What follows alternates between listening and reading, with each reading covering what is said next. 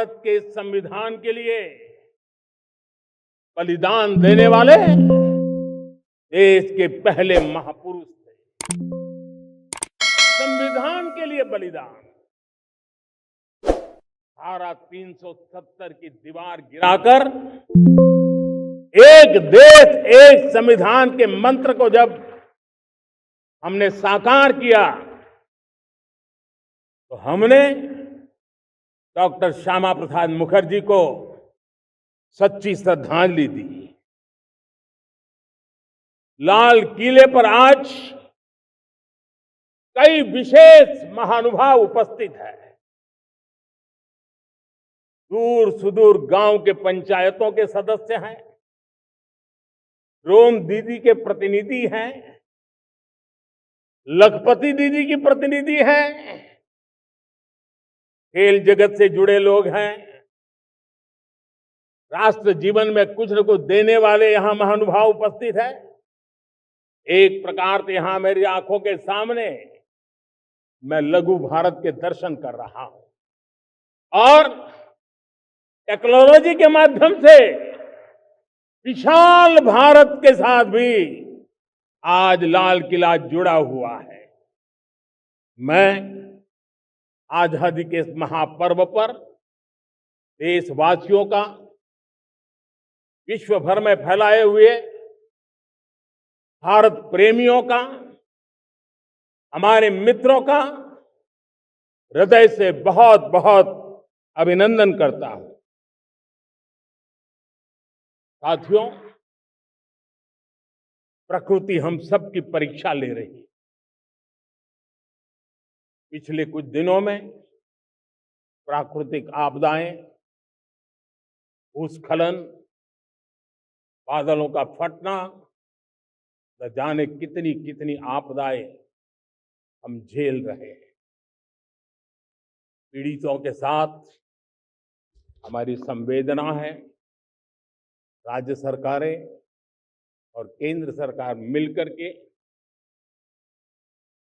बचाव के काम, राहत के काम, पुनर्वसन के काम में पूरी शक्ति से जुटे हुए हैं। साथियों, आज 15 अगस्त का एक विशेष महत्व भी मैं देख रहा हूं। मुझे बहुत गर्व हो रहा है। आज मुझे लाल किले की प्राचीर से ऑपरेशन सिंदूर के वीर जाबाजों को सैल्यूट करने का अवसर मिला है।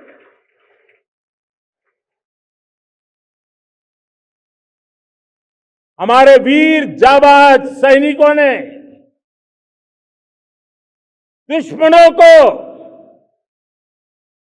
उनकी कल्पना से परे सजा दी है।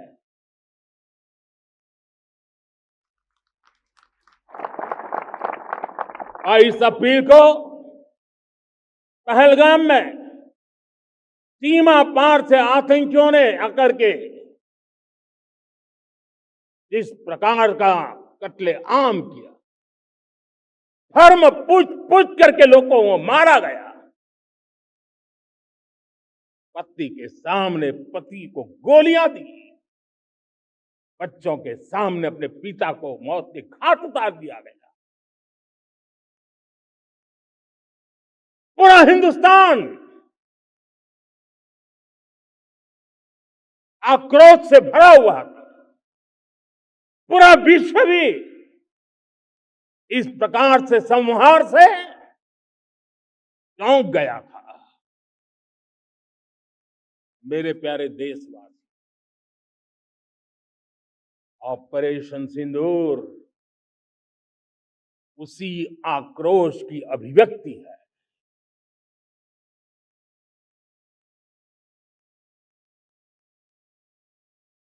22 तारीख के बाद हमने हमारे सेना को खुली छूट दे दी। रणनीति वो तय करे, लक्ष्य वो तय करे,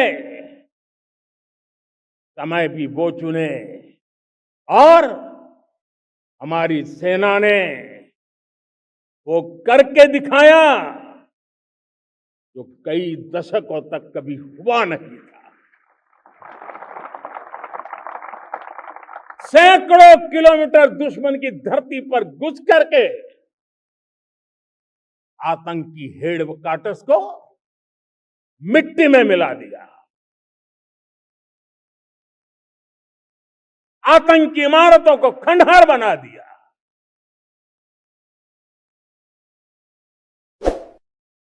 पाकिस्तान की नींद अभी भी उड़ी हुई है।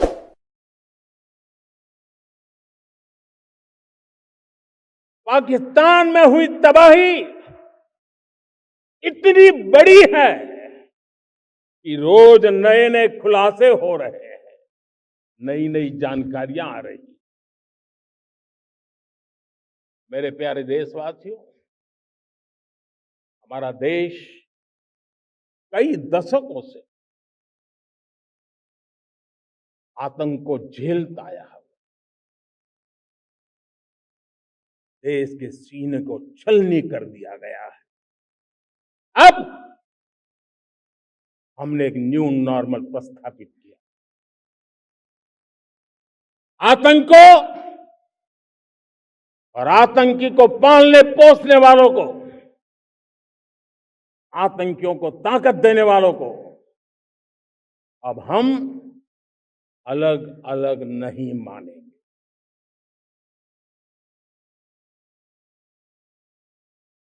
वो मानवता के समान दुश्मन है, उनके बीच कोई फर्क नहीं है। अब भारत ने तय कर लिया है कि न्यूक्लियर की धमकियों को अब हम सहने वाले नहीं हैं। न्यूक्लियर ब्लैकमेल लंबे अरसे से चलाया, अब वो ब्लैकमेल नहीं सहा जाएगा।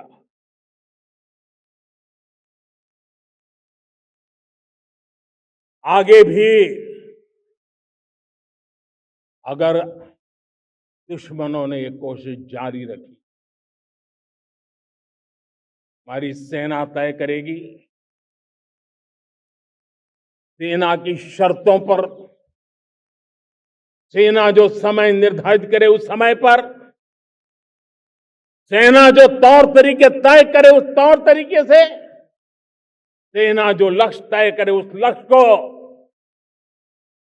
अब हम अमल में ला करके रहने वाले हैं। हम मुंह तोड़ जवाब देंगे। मेरे प्यारे देशवासियों, भारत ने तय कर लिया है, खून और पानी एक साथ नहीं बहेंगे।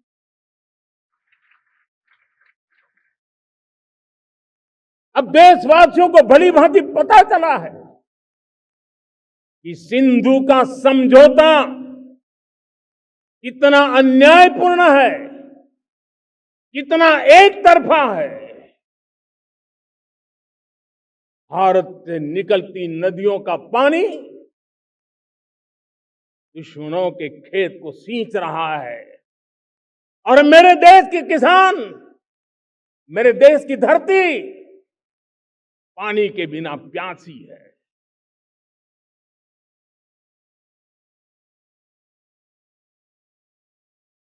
ये ऐसा समझौता था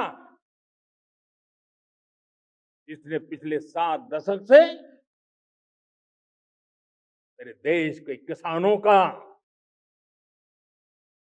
अकल्पनीय नुकसान किया है।